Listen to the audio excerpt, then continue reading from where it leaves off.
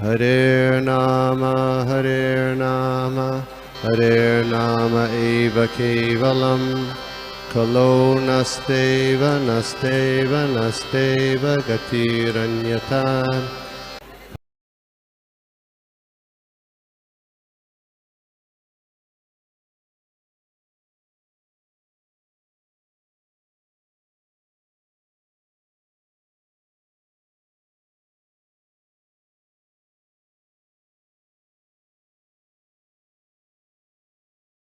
हरे कृष्णा। सभी उपस्थित भक्तों के चरणों में दंडवत प्रणाम। बहुत बहुत सुंदर प्रेम से गौर प्रभु सर्वरूप माता जी आपकी कीर्तन। तो बहुत बहुत धन्यवाद। तो आज हम यही जो तीसरे स्कंद 26वां अध्याय श्लोका 35, 36 और 35, 36, 37 तीन श्लोका के ऊपर आज हम अध्ययन करेंगे। तो सभी के चरणों में दंडवत, कृपा करके आशीर्वाद दीजिए, क्योंकि बहुत ही टेक्निकल और इतना क्या कहते हैं, इतना आसान नहीं इसको समझना। तो प्रभुपाद ने जो कुछ तात्पर्य और जो अनुवाद लिखा उसी के ऊपर थोड़ा बहुत हम लोग चर्चा करेंगे। ओम नमो भगवते वासुदेवाय। ओम नमो भगवते वासुदेवाय। ओम नमो भगवते वासुदेवाय। नारायणं नमस्कृत्य नरं चैव नरोत्तमं देवीं सरस्वतीं व्यासं ततो जयमुदीरयेत्। नष्टप्रायेषु भद्रेषु नित्यं भागवत सेवया भगवती उत्तम श्लोके भक्तिर्भवति नैष्ठकी। ओम अज्ञानतिमिरान्धस्य ज्ञानाञ्जनशलाकया चक्षुरुन्मिलितं येन तस्मै श्रीगुरुवे नमः। श्रीचैतन्यमनोभीष्टं स्थापितं येन भूतले स्वयं रूप कदा मह्यं ददाति स्वपदान्तिकम्। नमो विष्णुपादाय कृष्णप्रेष्ठाय भूतले श्रीमते भक्तिवेदांत स्वामिनिति नामिने। नमस्ते सारस्वती देवी गौरवाणी प्रचारिणे निर्विशेष शून्यवादी पाश्चात्य देशतारिणे। जय श्री कृष्ण चैतन्य प्रभु नित्यानंद श्री अद्वैत गदाधर शिवासादि गौर भक्तवृंदा। हरे कृष्ण कृष्ण कृष्ण हरे हरे, हरे Ram Ram Ram Hare Hare.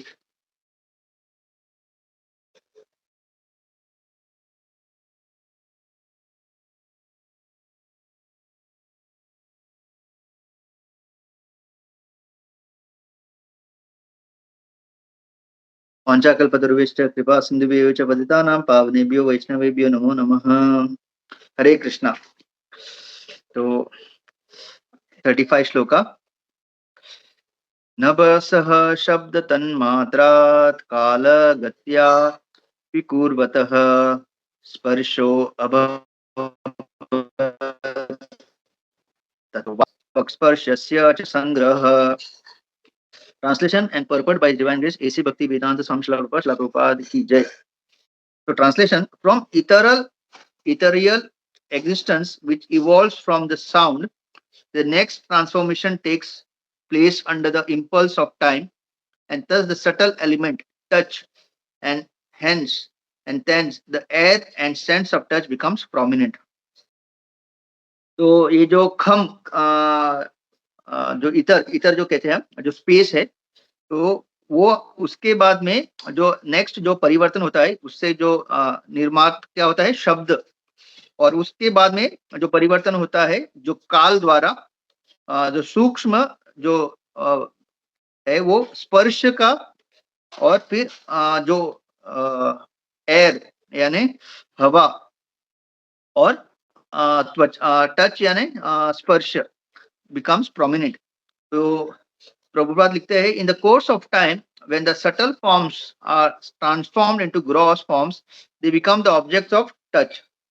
The objects of touch and the tactile sense develops after this evolution in time. Sound is the first sense object to exhibit material existence. And from the perception of sound, touch perception evolves, and from touch perception, the perception of sight. That is a way of gradual evolution of our perceptive objects. So यहाँ पे प्रभुपाद लिख रहे हैं, मतलब ये सारे काल द्वारा जो एक एक जो परिवर्तन होता है, the subtle forms are transformed to gross. तो सूक्ष्म से फिर स्थूल जो है फॉर्म यानी जो हमको दिखता है हमारी इंद्रियों को, तो सबसे पहले जो प्रभुपाद कह रहे sound is the first sense object. जो शब्द है, मतलब जो ज्ञान इंद्रिया जो है ना, ज्ञान इंद्रिया में जो सूक्ष्म जो है वो है शब्द। और उससे जो है जो पहला जो ये पूरे भौतिक जगत का जो हमको आता है to exhibit the material existence. And फिर शब्द से जो है स्पर्श, और फिर स्पर्श से जो है क्या कहते हैं परसेप्शन ऑफ साइट, जो आंखों से जो हम देखते हैं वो थर्ड। और इस तरह से धीरे धीरे पूरा जो भौतिक जगत का इवोल्यूशन, हम हमारे ज्ञान इंद्रियों का इवोल्यूशन होता है। तो first is sound, and from sound touch, and from touch the perception of site.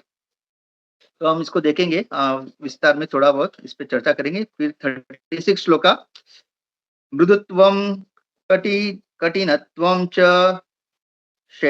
शैत्यम् उष्ण उष्णत्वम् एव च एतस्पर्शस्य स्पर्शस्त्वं तन्मात्रा मात्रत्वं नभस्वतः। Softness and hardness and cold and heat are distinguishing attributes of touch, which is characterized as the subtle form of air. Tangibility is the proof of form. In actuality, objects are perceived in two different ways. They are either soft or hard, cold or hot, etc. This tangible action of the tactile sense is the result of evolution of air, which is produced from the sky. With chalanam vyuham praptir नेतृत्वं द्रव्य शब्दयो सर्वेन्द्रियाणाम् आत्मत्वं वायो कर्माभिलक्षणम्। The action of the air is exhibited in movements, mixing, allowing approach to the objects of sound and another sense perception, and providing for proper functioning of all other senses. We can perceive the action of the air when the branches of the tree, we can perceive the action of the air when the branches of the tree move, or when the dry leaves on the ground collect together. Similarly, it is only by the action of the air that body moves, and when the air circulation is impeded, many diseases result. Paralysis, nervous breakdown, madness, and many other such diseases actually due to an insufficient circulation of air. In Ayurvedic system, these diseases are treated on the basis of air circulation. If from the beginning one takes care of the process of air circulation, such disease cannot take place. From the Ayurveda as well as from the Srimad Bhagavatam, it is clear that so many activities are going on internally and externally because of the air alone. And as soon as there is some deficiency in the air circulation, these activities cannot take place. Here it is clearly stated, Netratvam Dravya Shabdayo. Our sense of proprietorship over action is also due to the activity of the air. If the air circulation is stifled, we cannot approach a place after here. We cannot, if the air circulation is stifled, we cannot approach a place after hearing. If someone calls us, we hear the sound because of the air circulation, and we approach that sound or the place from which the sound comes. It is clearly said in this verse that these are all movements of the air. The ability to detect odor is also due to the action of air. तो यहाँ पे अभी जो वायु है उसके ऊपर वायु के ऊपर चर्चा हो रही है। तो जैसे हम जानते हैं कि ये पूरा जो पहले प्रदान से जब भगवान के जो पोर्स, भगवान के जो दिव्य शरीर, महाविष्णु के दिव्य शरीर से पोर से जब सारे प्रदान निकलते हैं, फिर जब वो उनके ऊपर अपनी दृष्टिपात करते हैं, तो फिर महातत्व, और फिर महातत्व से पूरा महातत्व में जो 24 एलिमेंट्स है, 5 जो स्थूल, 5 सूक्ष्म, फिर ज्ञान इंद्रिय, कर्म इंद्रिय, फिर मन, बुद्धि, अहंकार, और सब उसके ऊपर है सोल।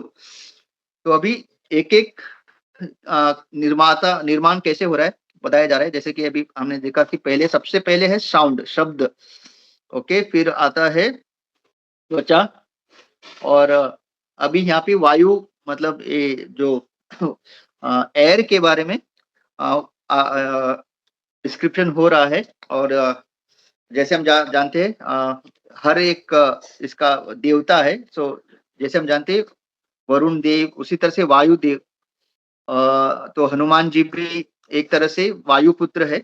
इसलिए इवन संस्कृत में मरुत मतलब हवा को भी मतलब संस्कृत में मरुत कहा गया है, तो जिससे वो जो नाम आता है मारुति हनुमान जी का एक नाम मारुति है। सो ये भगवान ये पूरा जो सृष्टि करते हैं इनडायरेक्टली ये भगवान द्वारा ही सब हो रहा है। तो विद इन दिस महातत्व ये सारा जो चीज़ है और एक-एक करके मैनिफेस्ट होता है। तो अगर एग्ज़ाम्पल देखा जाए तो जैसे गौ माता से जो है हमको क्या मिलता है जो गौ माता चारा खा के हमको दूध देती है और उसी दूध में घी भी है, दही भी है, माखन भी है, ओके? इवन अगर देखा तो गौ माता से हमको गौमूत्र इवन जो गौ जो गोबर मिलता है। तो इसी तरह से जो स्रोत है the source of all this milk milk से ही दही बनता है, उसी से माखन तो and the source of all this is cow इसलिए उनको कामधेनु कहते हैं। उसी तरह से ये पूरा जो भौतिक जगत के जो सृष्टि के सोर्स कौन है? भगवान है। तो ये भगवान से ही सारा हो रहा है क्योंकि जब जब तक भगवान महाविष्णु इस प्रदान पे अपना दृष्टिपात नहीं करते, तब तक ये पूरा क्रिएशन जो है शुरू नहीं होता और उनके दृष्टिपात करने से ही ये पूरा महातत्व प्रदान जो उत्तेजित होके महातत्व से एक-एक ये सारा जो एलिमेंट्स मैनिफेस्ट होना शुरू होता है। तो जो सूक्ष्म जो चीज़ें हैं, वो हम अपने इस इंद्रियों से नहीं देख पाते। तो तो जैसे कि ये हवा अभी जो हम बात कर रहे हैं तो यहाँ पे जो बता गया है, तो वो हम आँखों से हम लोग देख नहीं सकते, राइट? हवा कैसे है? तो उसके लिए जो है ये जो त्वचा हमारा जो ये स्किन है, हम लोग उससे महसूस कर सकते हैं, राइट? जब गर्मी का सीज़न होता है जब तो हमको जब गर्मी महसूस होती है, लेकिन जब वही हम जब पंखे के नीचे आते हैं या किसी एसी के नीचे बैठे, तो अचानक हमको अनुभव होता है कि अभी जो हवा चल रही है और थोड़ा-सा हमको राहत मिलता है गर्मी से। तो एक्चुअली हम देख नहीं पा रहे हवा को, लेकिन महसूस कर सकते हैं त्वचा को।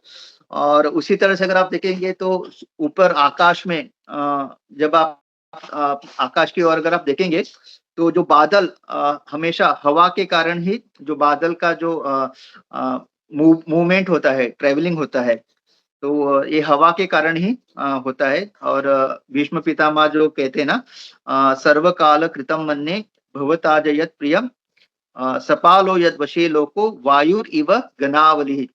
तो जब वो सोच रहे थे कि पांडवों के जीवन में इतने कष्ट वगैरह क्यों आए, तो उनका लास्ट उनका वो एक ही निर्धार था, एक कंक्लूजन था कि सर्वकाल मतलब टाइम एंड टाइम की वजह से ये सारा हो रहा है।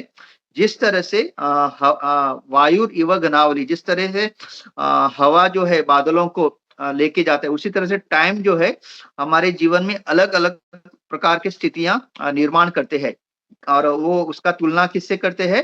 जैसे हवा जिस तरह से बादल को एक जगह से और एक जगह लेके जाते हैं, उसी तरह से हमारे कर्म और काल ये मिला के हमारे जीवन में अलग-अलग प्रकार के कर्मों हमारे कर्म के अनुसार अलग-अलग जो हमारे जीवन में स्थिति निर्माण करती है।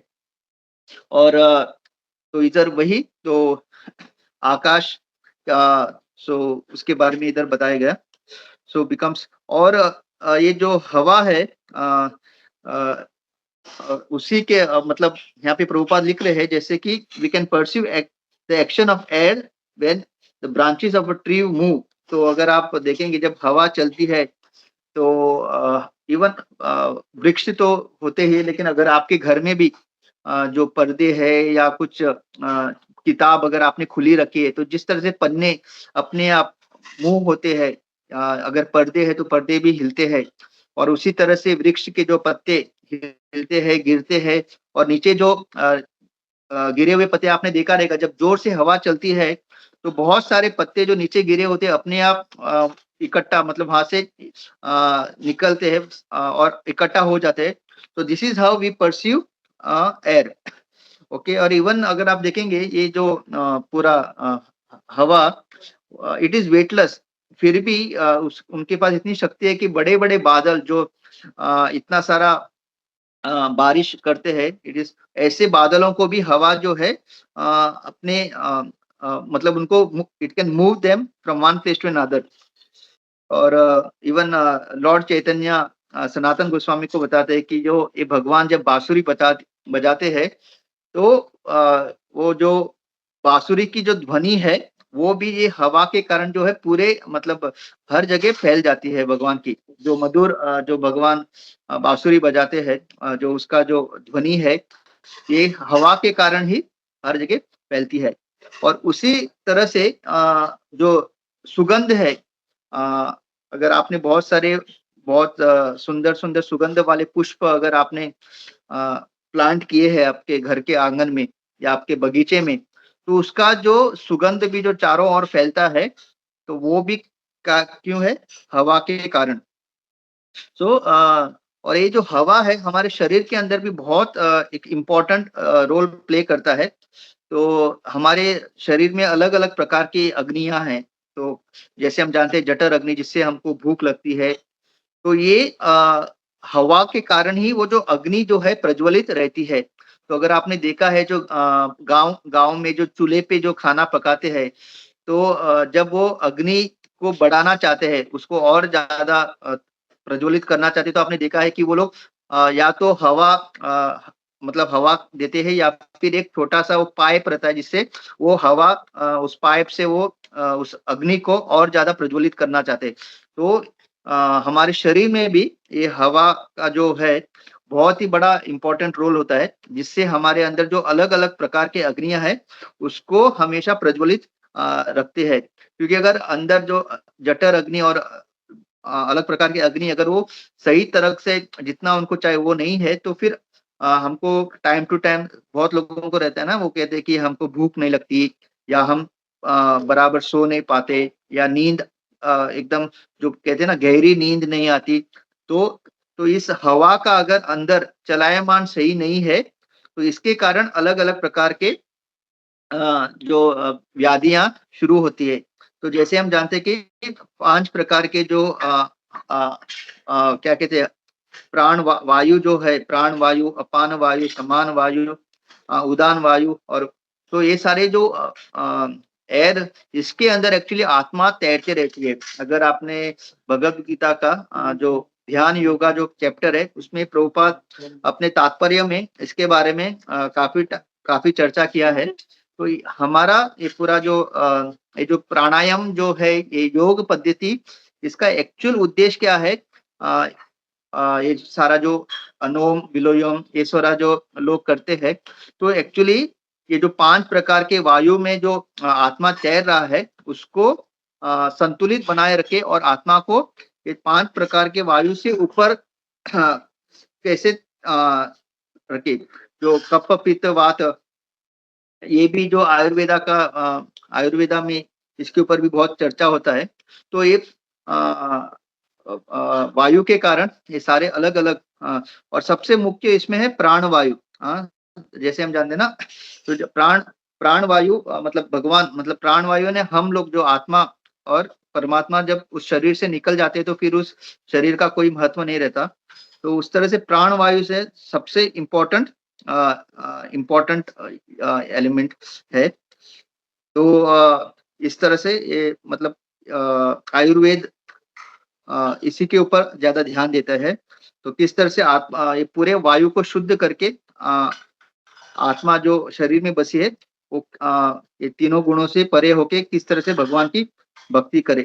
क्योंकि ये सारा जो इवन अगर हम देखेंगे तो सेकंड चैप्टर में भगवान कहते हैं मात्र स्पर्शास्तु कौन्तेय, तो ये स्पर्श के कारण ही जैसे यहाँ पे दिया है ना, सॉफ्टनेस, हार्डनेस, कोल्ड, हीट, ये सारा जो है स्पर्श मतलब ये मन क्या करता है, मन के द्वारा ये सारा अलग-अलग जो द्वंद है, द्वंद के कारण जीवात्मा हमेशा विचलित होता है।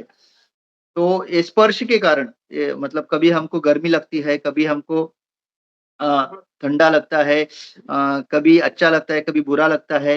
ये सारा जो मन का जो ये है, this is because of this duality जो इसका अंदर प्रभुपाद लिखते हैं, actually this is all perceived, the tangibility is a proof of form. In actuality, objects are perceived in two different ways. They are either soft, hard, cold, or hot. These tangible actions of the tactical sense is that result of evolution of air, which is produced from the sky. तो ये भी एक प्रकार से ये जो सूक्ष्म ये जो वायु के द्वारा ही ये होता है। और फिर जैसे कल प्रभु जी ने बहुत अच्छी तरह से समझाया था कि जब एक कोई भी वायु का जो हमारे शरीर के अंदर जब चलायमान स्थगित हो जाता है, अगर इम्बैलेंस हो जाता है, तो क्या होता है, अनेक प्रकार के जैसे प्रभुपाद ने यहाँ पे लिखा है कि paralysis, nervous breakdown, madness and many other disease are actually due to insufficient circulation of air. तो इम्बैलेंसेस, तो ये जो इवन हमारा जो मन जो चंचल, जैसे अर्जुन ने कहा था ना चंचलम, तो ये चंचल यानी इम्बैलेंस, एक प्रकार का इम्बैलेंस ही है। इवन जब हम भक्ति करने के लिए जब हम चैंटिंग करने के लिए वगैरह बैठते हैं, तो प्रॉपरली हमारा मन न लगना, ध्यान भटकना, this is due to imbalance. तो ये भी किसके कारण है, क्योंकि स्टैग्नेशन ऑफ एयर। ओके, तो हमारे अंदर के जो हमने अभी डिस्कस किया था 5 प्रकार की जो वायु है, उसमें जब इम्बैलेंस होता है, ठीक तरह से जब अंदर हमारे शरीर के अंदर इनका काम नहीं होता, तो क्या होता है, एक तो मतलब हम हमारा पूरा कहीं पे ध्यान नहीं लगता, फिर व्याधियाँ आती है और इस तरह से पूरा इफ़ेक्ट हो जाता है। तो इट इज़ वेरी इम्पोर्टेंट। तो इसके वजह से एक्चुअली हमारे भक्त लोग भी, इवन अगर आप देखेंगे प्रभुपाद ही यूज्ड टू मतलब ही यूज्ड टू डू ये ब्रीथिंग एक्सरसाइज, प्रभुपाद भी करते थे सुबह, क्यों, अपने शरीर को स्वस्थ रखने के लिए। तो अगर भक्ति करना है तो शरीर का स्वस्थ होना बहुत इम्पोर्टेंट है। तो इन दैट सेंस हम लोगों को भी अपने शरीर के ऊपर भी थोड़ा बहुत टाइम स्पेंड करना चाहिए। हाँ, तो ब्रीदिंग एक्सरसाइजेस, थोड़ा बहुत एक्सरसाइज, वॉकिंग, ये सब क्या करता है, अपने शरीर को स्वस्थ रखने में बहुत-बहुत मदद करता है। क्योंकि अगर शरीर स्वस्थ है, तभी हम अपना चैंटिंग जो है सही से कर सकते हैं और बाकी सारी जो भक्ति की प्रक्रिया है, उसको अच्छी तरह से कर सकते हैं। तो एक्चुअली योगा का उद्देश्य मतलब यही है कि शरीर को इसलिए स्वस्थ रखे ताकि हम भक्ति अच्छे से कर सके। अनलाइक अभी जैसे वेस्टर्न कंट्री में योगा बहुत प्रचलित हो रहा है, बट उनका उद्देश्य क्या है, शरीर को इसलिए स्वस्थ रखे ताकि भोग अच्छी तरह से कर सके। तो if you have a healthy body you can enjoy मोर। तो ये एक्चुअली योगा का उद्देश्य नहीं है। योगा का उद्देश्य क्या है, तो all this different kind of asanas, breathing exercise, इसलिए ताकि जब आपका शरीर स्वस्थ रहेगा, मन स्वस्थ रहेगा, बुद्धि आपकी अच्छी स्वस्थ रहेगी, तो it will help you, it will be conducive for very nice भक्ति। मतलब आपका चैंटिंग अच्छा होगा, आप अच्छी तरह से अध्ययन कर सकते हो और जब स्वस्थ शरीर से आप अच्छी तरह से सेवा कर सकते हो। तो that is the main thing of yoga. तो दैट्स द रीजन। और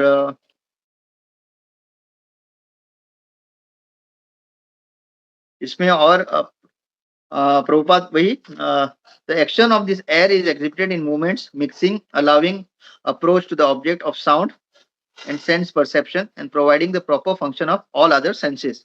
तो वायुदेव बहुत ही इंपॉर्टेंट रोल प्ले करते हैं।